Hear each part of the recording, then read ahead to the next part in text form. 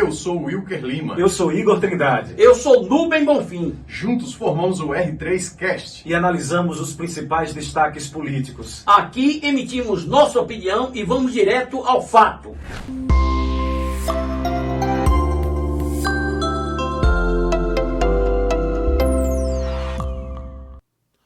Olá, sejam bem-vindos ao Regra de 3, uma produção independente do R3Cast. Eu sou Nubem Bonfim e esses são os destaques do programa de hoje. Nas mãos do TSE, o deputado federal Valdevan 90 teve seu diploma cassado pelo Tribunal Regional Eleitoral de Sergipe, mas ele agora vai recorrer para o Tribunal Superior Eleitoral. Dificilmente Valdevan vai conseguir reverter essa decisão unânime, 7-0. Procura-se um pré-candidato a governador. Passou São João, está chegando Natal, Réveillon e Belivaldo Chagas ainda não indicou quem será o candidato governista. As opções são Edivaldo Nogueira, Laércio Oliveira, Fábio Mitidieri e Ulisses Andrade. Eu estou aqui com os nossos parceiros, o jornalista Igor Trindade, o jornalista Wilker Lima e o analista político Antônio Chagas. Vamos começar ouvindo o Igor Trindade sobre essa decisão do TRE, o que muda o jogo político. Valdevan fica fora do jogo? Com certeza, né? A decisão do TRE ela foi unânime, como você bem disse, 7-0. A gente lembra daquela situação da Alemanha e no Brasil na Copa do Mundo, que foi humilhante. Valdevan vem de uma trajetória tida como forasteiro, né? Que nasce em Arauá, vai para São Paulo e volta para ser candidato a deputado federal. Nasceu em Estância, então naquela região ali. E ele faz a base em Arauá, Estância, na região centro-sul do estado. Então ele vem com uma campanha forte. Aí forasteiro, ganhou para federal. E as provas são contundentes, né? A matéria do processo são gravações, são conversas, são prints, são denúncias graves. Você, como advogado no bem, sabe que o TRE ele não toma uma decisão à revelia. É uma decisão técnica, jurídica, baseada no que está acontecendo ali. Então, dificilmente o deputado federal, junto com sua banca de advogados, que eu tenho certeza que são os melhores nesse sentido, vão conseguir reverter a decisão do Tribunal Superior Eleitoral. E, com isso, Valdevan 90 não vai participar da campanha no próximo ano. Não vai disputar o Senado Federal, que é o grande sonho dele. Bom, Wilker, primeiramente, eu via Valdevan como um dos nomes, né, para fazer com que essa disputa para o Senado fosse acirrada. Nós teríamos aí uns 3, 4 candidatos competitivos. No entanto, essa decisão do TRE foi uma ducha de água fria nas pretensões dele para disputar essa vaga do Senado. Como é que fica a situação agora? Quem entra nesse espaço vazio deixado por Valdevan? Igor pontuou muito bem, né, em relação à decisão do TRE aqui. Já é a segunda vez que isso acontece. O Valdevan não vai conseguir, por mais que ele tenha um corpo jurídico muito bom, né, reverter esse quadro aqui em Sergipe mais. Eu acho que a cassação do diploma dele já diz tudo, né? Vai ser muito difícil lá no TSE ele conseguir alguma coisa positiva. Porém, uma história muito bonita dele, né? Ele foi vereador. Taboão da Serra. Né? Bastante atuante na época, mas aqui ele ficou muito fora do estado e veio com força total, ganhou a eleição. Mas eu acho que ele não consegue. Eu acho até que foi decepcionante. Pelo volume de dinheiro que anunciou, ele só teve 42 mil votos. Diziam que ele ia estourar, seria o mais votado. Isso. E aqui o quadro muda. Acaba ajudando, por exemplo, nomes como André Moura, que é uma dúvida também por conta do processo do STF. Acaba ajudando também Laércio Oliveira, que também quer o Senado. Edivaldo Nogueira, que já aparece também como pré-candidato ao Senado. Então, assim, acaba ajudando vários, né? A saída dele. Isso. Ele faz uma divisão, né, dos votos dele, que seria para o Senado. Quem você acha que herdaria, né, os votos dele, assim, No interior do estado, acho que o ex-deputado federal André Moura Acaba aglutinando isso aí. bastante. Ele consegue ali o pessoal de Umbaúba, Arauá, que é um reduto muito bom eleitoral dele. Lembrando que Valdevan 90, ele responde por ação penal eleitoral, responde por uma ação, né, por captação ilícita de voto, ou seja, ele se utilizou de doadores laranja, pessoas que ganhavam um salário mínimo, recebiam o benefício, BPC, benefício de Isso. prestação continuadas, e essas pessoas de última hora fizeram essa doação para fechar a conta, né, eleitoral da campanha dele. E tudo isso foi descoberto, isso consta nos autos, no processo, interceptações telefônicas da conversa de Valdevan com Evilásio, seu coordenador de campanha. E como essas provas são robustas, inequívocas, dificilmente o TSE vai reformar essa decisão unânime do TRE de Sergipe, né? Então, Isso. para mim, até março, esse processo, esse recurso, deverá ser julgado e Valdevan vai ficar afastado e inelegível. Chagas, quais as notícias que você tem sobre esse tema, principalmente ali na região Centro-Sul? Exatamente falando sobre foram os últimos votos, os últimos reais que entraram na conta dele. Então, assim, pessoas muito pobres doaram R$1.050, que eu acho que era o teto, né? Era o salário mínimo. R$1.050. Então, assim, teve essa doação de pessoas muito pobres, muito humildes. Então, assim, são provas robustas, são provas muito bem fundamentadas. Então, assim, vai perder o diploma, já vai perder provavelmente. Acho que não dá mais tempo de perder o mandato, né? Por conta que já está no finalzinho. Isso. Mas eu Mas acredito... deve ser julgado até março. Então, se for julgado até março, eu acredito que ele perca esse mandato no final. E a execução é imediata, como aconteceu com a deputada Diná. Teve que... Isso, E não saiu. cabe recurso ao Supremo Tribunal Federal. Exatamente. Lembrando que ele é a segunda condenação, né, que ele está tendo. Então, assim, acredito que ele não tenha mais força política depois desses desdobramentos todos que tiveram agora e está acontecendo, que foi agora, dia 2, né? O último processo foi na quinta-feira, dia 2. Então, assim, acredito que ele não tenha mais força, principalmente ao Senado. Então, assim, deixa a brecha para vários outros candidatos. Inclusive, há uma possibilidade até da delegada Daniele vir candidata ao Senado também, né? Que o partido Sim. almeja. Sim. Então, assim, abre um leque de candidatos, de possíveis candidatos ao Senado muito grande. Então, assim, claro que tem alguns mais fortes, por exemplo, Laércio, André Moura, mas, assim, tem outros que podem se beneficiar com essa caída de Valdevan, né? Com essa derrocada de Valdevan. Se ele vier com uma surpresa, porque ele tem alguns sobrinhos no interior que podem ser candidatos. Uma coisa que chama atenção é que Valdevan, tendo o sobrinho dele como vice-prefeito, bancou a candidatura, né, do presidente da Câmara e perdeu a eleição. Então, ele não está tão forte na própria Arauá, que depois de distância é o segundo berço dele. Que é a base dele ali, né? Aquela Exatamente. região toda. E Então, fica aquela lembrança, né, Chagas? Quando o cara não tem força no seu reduto eleitoral, isso faz com que a oposição acabe entrando. Aí você vai fincando bandeira e daqui a pouco você não vai ter mais nada. Tipo, essa derrota aí do sobrinho dele lá na Câmara foi mais um golpe fatal que Então, ele teve. assim, Um golpe Ele político. perdeu a prefeitura de Arauá, né? Exato. Quem ganhou foi o candidato do PSB. mostra que ele não está qualificado para essa vaga de Senado. Então, assim, porque não basta ter votos, tem que ter qualificação para ser senador, né? A questão é, o que ele fez aí, por Sergipe nesses 3 anos de mandato? O montante que ele conseguiu foi efetivado nas prefeituras para gerar em prol da sociedade? O que, aonde, quando?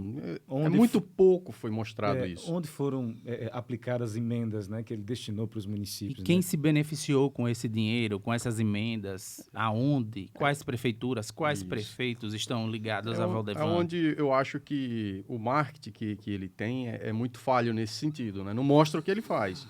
Mas, em contraponto, a mídia tradicional mostra o que ele não fez e o que ele fez na eleição passada, né? Se Nubem me permitir, Nubem vai Sim. poder explorar mais esse eixo agora, do processo da questão dos depósitos, né? Como o Chagas falou, foi um valor de 1.050, que era o salário mínimo da época. Isso. Constatou-se no processo, Nubem, você pode explorar mais, que houve 30, 40 depósitos ao mesmo, tipo, no intervalo de menos de 1 hora. Exatamente. Isso, né, isso E- chamou a atenção da Polícia Federal, Bom, né? isso. E chamou a atenção do TRE. Por Do isso a delegado. questão da decisão, da contundência das provas. E foi após a eleição, né? Que foram feitos os Isso, depósitos. exatamente. Foi aí Para onde fechar a conta. Chamou atenção Isso, mais o ainda. delegado pegou. Não foi Isso, feito estranho. naturalmente, né? E o aquela interessante que muita gente que foi utilizada, né, indevidamente pela campanha, a coordenação da campanha de Valdevan, essas pessoas não sabiam o porquê daquele depósito. Aí eles foram orientados a dizer, não, você vai ajudar ele, eu lhe entrego o dinheiro, você vai no banco, faz o depósito. É por amizade. E essas pessoas, quando prestaram depoimentos na Polícia Federal, revelaram. Não, eu fui iludido. Me disseram que era para botar esse dinheiro, que era para ajudar ele, que era para ser amigo, mas não saiu do meu bolso, na verdade. Uma falsidade eleitoral, uma falsidade ideológica eleitoral, né? E também a produção de falso testemunho para influenciar na decisão que o TRE já tinha adotado. Então, veja só como ele manejou pessoas humildes, simples, enganou essas pessoas e essas pessoas acabaram revelando a verdade em depoimento.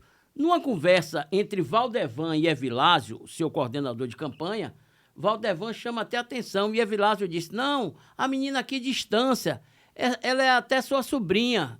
E Valdevan chama atenção, cala a boca, porra, você tá falando demais. Os caras estão com o telefone aí. Isso. Então, eles já estavam sendo interceptados, né? Diferentemente de grampeado, porque aí a interceptação é com autorização judicial.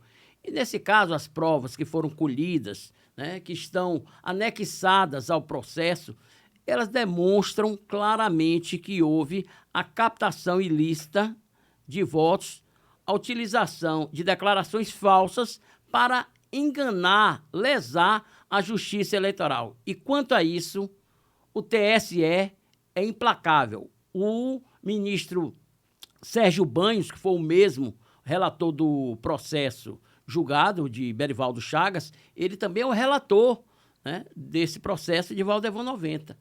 E ele já se manifestou, todos os recursos antes apresentados pela defesa de Valdevan já foram negados e agora cabe esse último recurso. Então, ele está não nas mãos de Deus, mas nas mãos do TSE. Wilker, eu vou insistir nesse ponto. Você fala na questão do marketing. Valdevan tentou se vitimizar quando ele disse que tinha os poderosos que mandavam no tribunal, né? Era uma perseguição política a ele, porque ele estava crescendo, porque ele defendia os humildes. Como é que é essa questão? Você acha que o Valdevan é vítima disso mesmo? Existe um complô aqui em Sergipe para tirá-lo da disputa? Nubem, eu acho que esse contexto dele aí é fraco, né? Na minha opinião, como cidadão, eu não vejo isso. Até porque ele veio de São Paulo para Sergipe e abraçou, vamos lembrar aqui rapidinho, né?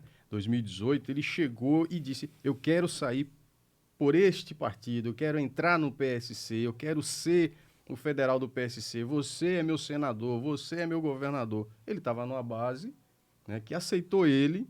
Em momento algum eu vi um desses que abraçou ele, pelo menos na mídia tradicional, informando ou dando nota, expulsando ele do partido. Não quero mais 90 aqui, ele é problemático. Não, eu acho que ele está sendo até ingrato, né, nessa parte. Ele era do partido do ex-deputado federal André Moura. André Moura, E PSC. agora ele é PL. Agora é PL que, tempos atrás, andava junto com o PSC. Ele Era pediu- casadinha. Ele pediu para que o partido... Comandado né, por Amorim, né?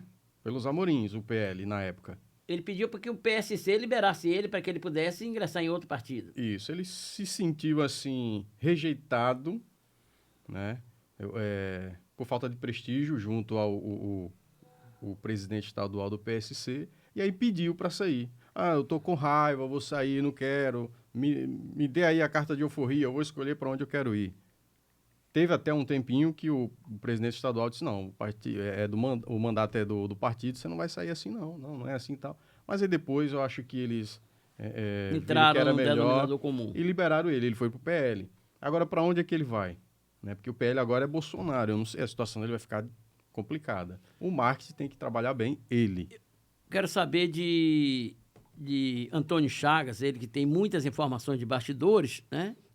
Uma Orcrim, uma organização criminosa, foi formada para burlar a legislação eleitoral. Palavras do promotor que ofereceu a denúncia na 27ª Zona Eleitoral, que tem o juiz José Alves Neto. A questão de Valdevan, né? Ele agora vai andar acompanhado de quem? Quem vai querer ficar com ele? Então, falando em Suquita, né, o ex-prefeito de Capela, eles andaram muito abraçados, juntos, agarrados, né, gritando assim, estamos juntos, vamos sair juntos e vamos ser felizes, né? Então, assim, mostrou que tinha um acordo muito forte, os dois, mas, assim, infelizmente, ele teve muitos processos, muitos problemas com a justiça, inclusive, e aí agregou-se a Valdevan já teve esses problemas que aí estão, então, assim, foi escada abaixo para os dois, né? E os dois têm uma coisa em comum, né? Processos eleitorais diversos que tiraram os dois do páreo em alguns momentos, principalmente o Suquita, né? Exatamente.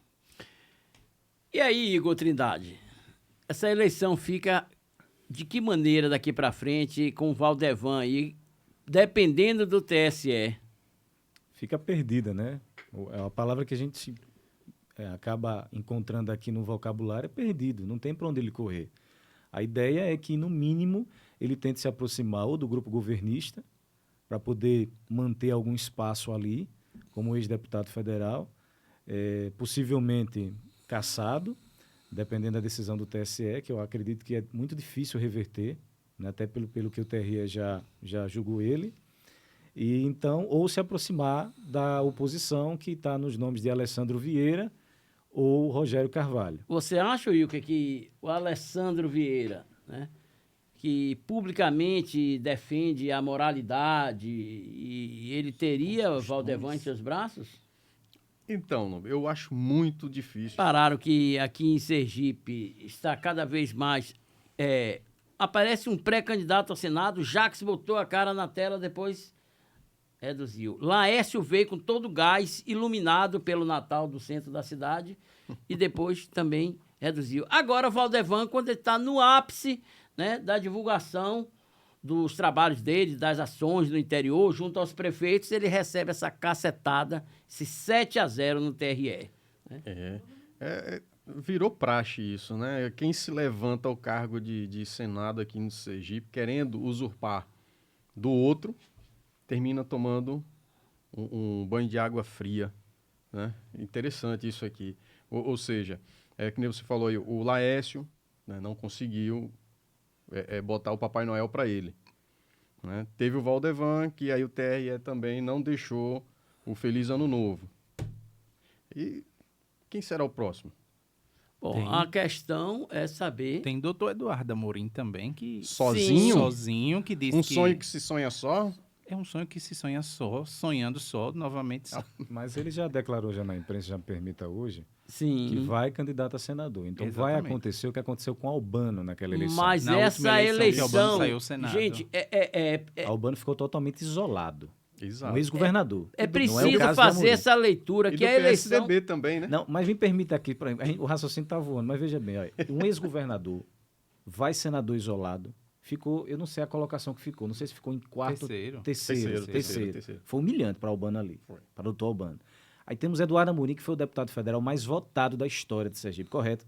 Correto. Não, Que foi Amorim e Valadares senador, nessa como senador época. também, ele ganhou, ele perfeito. teve mais votos Mas deputado que Deda. federal foi que Deda deu aquela poça, o PT, aquela coisa toda, então ele explodiu.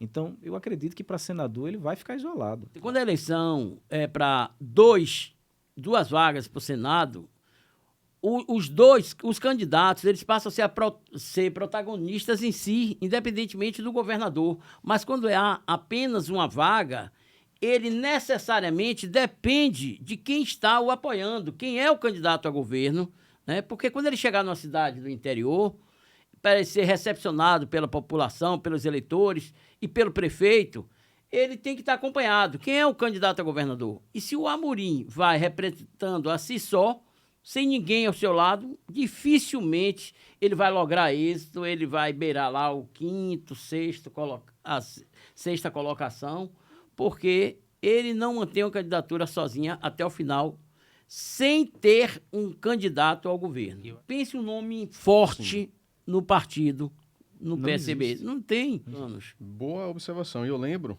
eu estava presente na época, em 2018, Maria Mendonça foi para o PSDB a pedido do ex-deputado federal André Moura. E agora nós vamos debater o outro tema. Procura-se um pré-candidato a governador de Sergipe. O governador Belivaldo Chagas reuniu os virtuais pré-candidatos Edivaldo Nogueira, Fábio Mitidieri, Laércio Oliveira e Ulisses Andrade. Essa é a ordem alfabética, não é ordem de preferência. E agora, quem será o pré-candidato?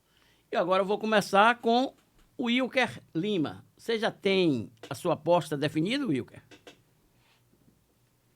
Tô tentando achar, não achei nenhum ainda.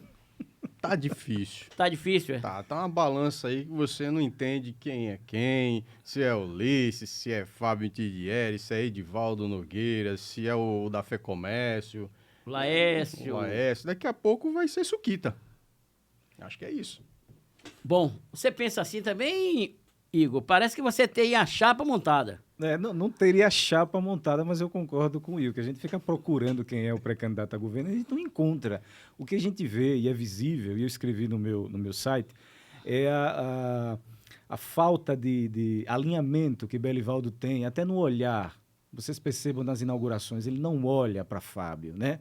Então, isso já é um aspecto muito complicado. Então, como é que eu vou fazer meu sucessor se eu não estou nem olhando para o favorito, né, das pesquisas Isso internas? seria o quê? Ele saiu de sintonia porque, primeiramente, em julho, naquela solenidade, quando o André desembarcou, né, no bloco governista, ele anunciou a AM e a FM. Estava em sintonia, André Moura e Fábio Mitidieri, para o governo e para o Senado.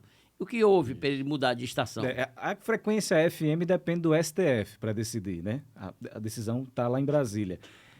Perdão, a AM, né, de André Moura. E a FM, a frequência modulada, eu acredito que não vai para muito longe, não vai migrar para o digital, né, como a gente espera. Então, a tendência, a minha opinião, é que o pré-candidato não será Fábio Mitidieri. E aí a gente vê... Você aposta em quem não é, você não aposta em quem é.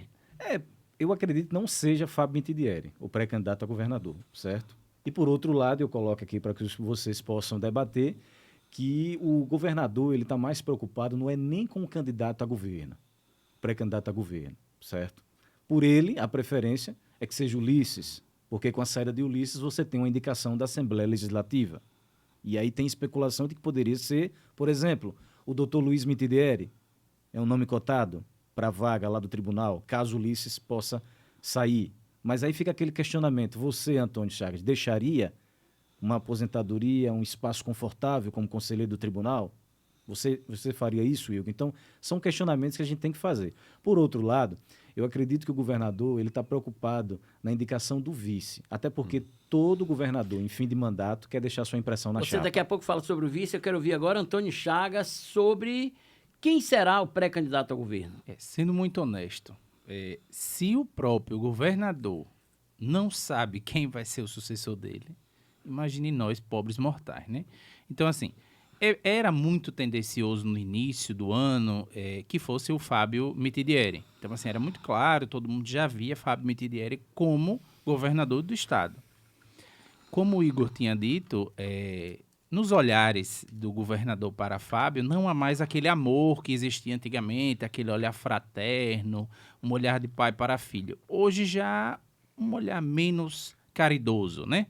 Então, assim, já foi colocado o nome de Ulisses já algumas vezes, Ulisses já foi levantado, já caiu, já subiu, já desceu. Então, assim, algumas vezes ele já foi colocado em xeque, né?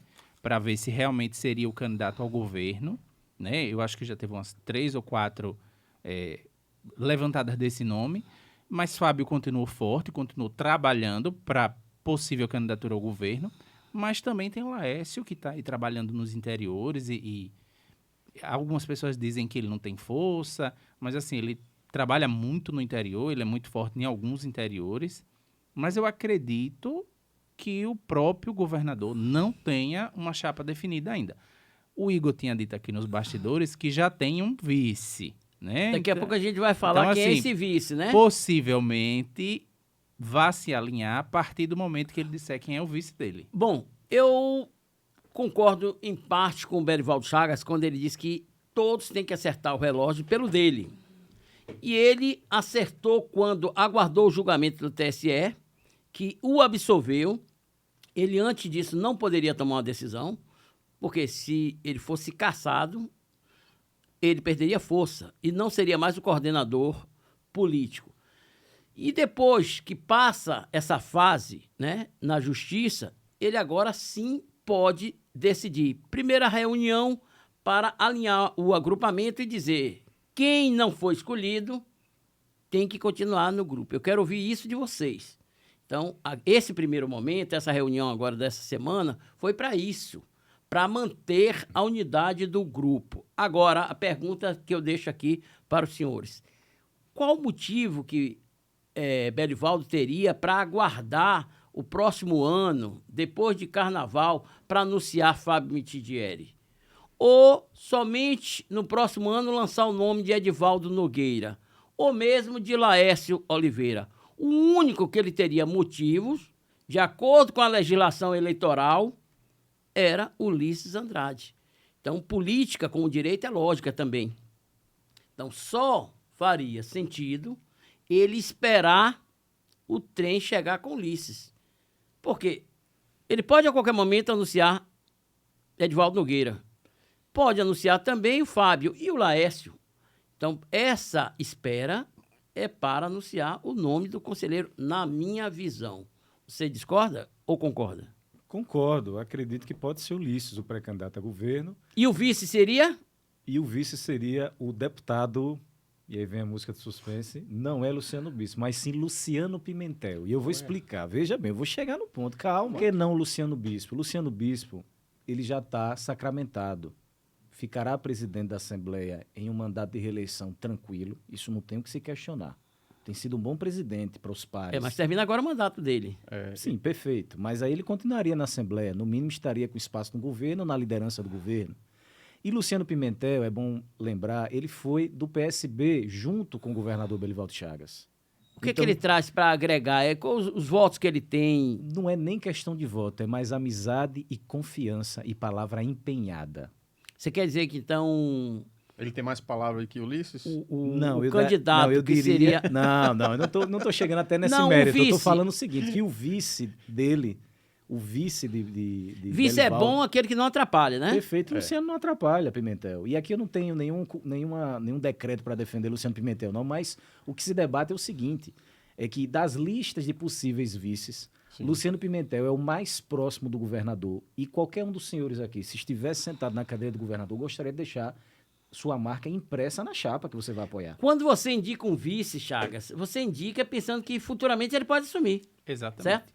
Você acha que Belivaldo tem essa pretensão de ver Luciano Pimentel, governador? Ouvindo aqui o Igor, né, a gente dá uma mexida na cabeça e acaba indo realmente, porque eles já foram colegas de partido e possivelmente são amigos. Lembrando que ele acabou de ser expulso do Partido dos Valadares, né? Então, assim... Quem, Igor? Não. Possivelmente. Poxa! O Luciano Pimentel, né? Ele foi expulso do partido, então, assim, o Valadares Pai fez uma carta expulsando ele realmente. Então, assim, pode ser. Eu não acredito ainda nessa história, eu acredito que ele não tem essa força toda para ser um vice, mas se for pensando no lado que é melhor um vice calado do que um vice que atrapalhe, ele será esse vice que não atrapalha. Seu vice, Wilker. Só não vale Rogério Carvalho. Não? Poxa, Vai lá. Também não dá não. Rapaz, sinceramente, se tá difícil para escolher um governador, eu vejo também a possibilidade aí de ficar um pouco difícil o vice. Apesar de que o vice ele só precisa ser fiel ao grupo, né? Mas fale o nome. Qualquer um. Será que desses nomes eu que acho já que tá no estão muro. aí... Não pode ficar no mundo. Não é o meu, mas eu acho que ele tá galgando para isso. Você é o daqui a Luciano 15 Bispo. Luciano Bispo. Bom, O Jeguinho. Eu aqui vou tô com de outra Pimentel, chapa, você tá de né? Bispo. A chapa Ulisses e o vice Fábio Mitidieri. É um nome que está sendo trabalhado para que o pai dele, ele cederia a disputa para o governo, o pai indo para o Tribunal de Contas. A irmã Luísa, que é estadual iria disputar a Câmara Federal. Maísa Mitidieri. Isso. Maísa. Seria um prêmio de consolação, A Maísa, você tá dizendo, não é sim, isso? exatamente. A Maísa, né, e ele apoiaria o Jorginho Araújo para deputado estadual. Essa seria a composição para que Fábio abrisse mão e apoiasse Ulisses Andrade para o governo. Será que nesse meio todo não caberia o ex-prefeito de Itabaiana, Valmir Francisquinho? Sim, mas e a questão de Luciano Bispo, né? A questão paroquial. É difícil administrar esse conflito de Dois interesse. padres numa única igual igreja, e né? é igual os Bolibol e Saramandé de Lagarto. É difícil manter essas duas famílias tradicionais em um Muito palanque difícil, só. muito Raras as exceções que Deda chegou em Lagarto e conseguia manter ali um palanque misturado, mas era muito difícil. Eles brigam demais ali. Fica aí um questionamento para uma Itabaiana, próxima, a mesma coisa. uma próxima conversa, Valmir Francisquinho, né? Eu acho que a gente tem muita conversa para ele ainda, o que ele pode ser, até onde ele pode ir, e tem o filho dele, Eu né? posso dar uma opinião rapidinha sobre Valmir? Eu acredito que Valmir ele está valorizando o passe dele. No mínimo deve ir para estadual e o filho é federal. É uma opinião que eu tenho. O Deda, o Marcelo Deda, ele tem um grande diferencial, tinha, né? Que hoje está muito difícil encontrar nesses que estão. A famosa liderança. Sim, Ele era um verdade. líder nato, ele conseguia juntar a água e o óleo, pô. Mas o cara era top. Era o cara. Era o cara da época. E hoje falta isso no E se estado, tivesse de vivo- qualquer lado. E digo mais, só para concluir, se tivesse vivo, o cenário seria diferente. Totalmente. Senhores, a conversa está muito boa. Se nós ficássemos aqui debatendo, nós íamos invadir aqui, descer a colina e não chegaríamos a uma conclusão, porque está tudo em aberto. É verdade, né? E nós vamos encerrando aqui, agradecer aos senhores e a você também que está nos acompanhando. O Regra de Três volta com o próximo episódio, um próximo programa debatendo política e formando e informando a você. Um grande abraço a todos.